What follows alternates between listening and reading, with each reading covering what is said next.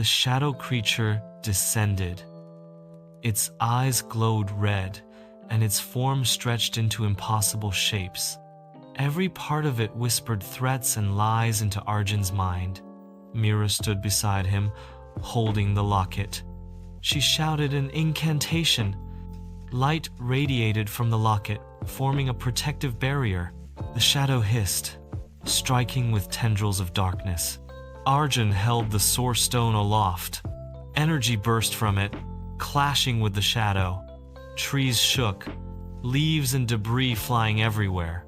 The air was filled with screams, ghostly echoes of villagers trapped for decades. Arjun remembered the diary. Focus on the heart, not the fear. Closing his eyes, he concentrated on the stone's energy, imagining all the villagers free, the curse gone. The light expanded, enveloping the shadow creature. It shrieked, twisting violently before finally dissolving into sparks of fading energy. The forest grew quiet. The village ruins shimmered, glowing faintly as if remembering its lost life. Mira looked at him, exhausted but relieved. It's over. The curse is broken. Mostly. But there are still fragments left, scattered in the world. You may face them someday. Arjun nodded, gripping the locket and the source stone. He knew his life would never be the same. As they left the forest, Arjun felt a faint pulse from the locket, and a whisper echoed, "Not all are gone, not yet." Days passed after the forest battle. Arjun tried to return to normal life, but he couldn't shake the feeling that something was still following him.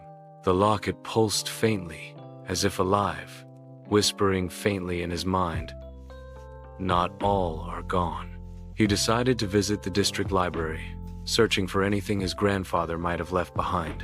Old journals, letters, and reports about the village filled the dusty shelves.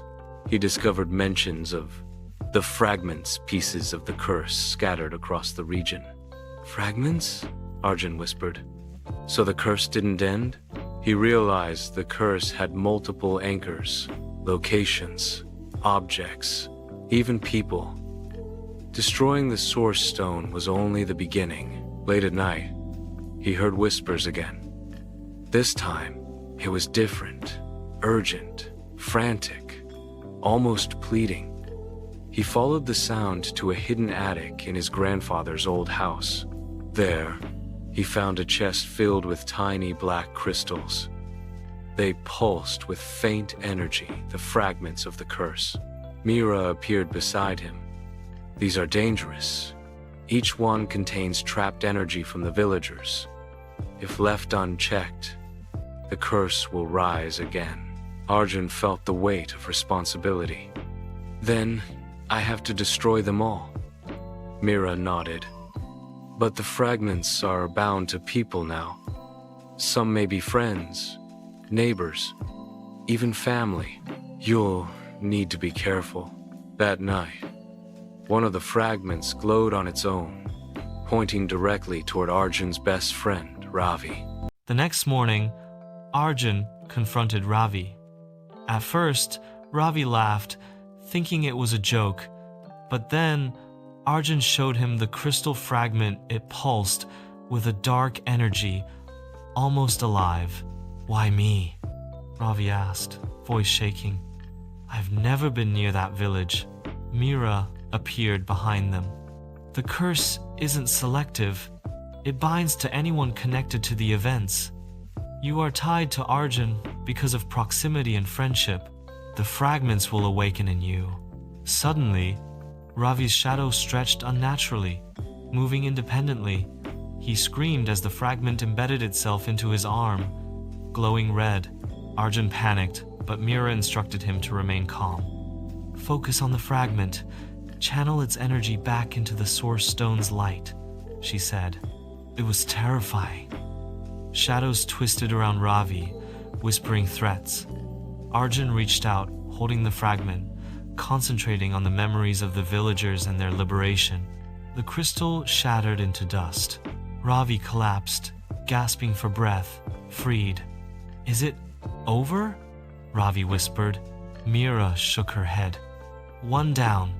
many more remain. The fragments will seek hosts in unexpected places. That night, Arjun found a note tucked into his bag. "We're watching. The forest is not finished." Arjun began tracking fragments across the region. Each one seemed to appear near people connected to the village, directly or indirectly. He learned to sense their energy through the locket. One day, he arrived at a small town on the outskirts. The fragments had found a family living there, a mother and her child. Shadows circled their home, causing strange illnesses and nightmares. Arjun and Mira intervened, holding light from the source stone and chanting protective words. The fragments fought back, sending the shadows to attack. The locket glowed, protecting them. Arjun realized the curse had intelligence. It adapted. It learned. As they destroyed the fragments, Mira explained, "The curse is like a river. Cut one branch, and another flows. The fragments are its tributaries. We must find the origin of all tributaries." Before leaving, Arjun felt a surge from the locket, a warning. Something far more powerful than the fragments was awake. Deep in the forest, a colossal shadow stirred, towering over the trees, eyes glowing red. A voice boomed, "The keeper has returned. Let the hunt begin." The colossal shadow revealed itself, an ancient entity, older than the village itself. It was the source of the curse, the forest guardian, corrupted over centuries. Its goal was to trap souls, feeding on fear and despair. Arjun and Mira prepared for the ultimate confrontation. They gathered remnants of the source stone, fragments, and protective wards. The guardian attacked in waves, shadows twisting into monstrous forms, illusions of the lost villagers, and visions designed to break Arjun's mind. Arjun focused on Mira and the locket, anchoring his thoughts on the villagers' liberation. Light from the source stone and locket collided with the guardian's darkness. The battle raged, shaking the forest, causing trees to crack and fall. Mira chanted ancient incantations, guiding Arjun. "Use your heart. The guardian feeds on fear. Fight with love, not anger." Finally, Arjun thrust the combined energy of the source stone and locket toward the guardian. Light exploded outward, dissolving the shadows. The forest fell silent. But as silence came, the guardian's final words echoed, "You may have won, but the forest remembers." Arjun noticed a small glowing fragment embedded in the guardian's remains, a piece that didn't dissolve. Weeks later, the forest seemed calm. The fragments Arjun had destroyed no longer pulsed.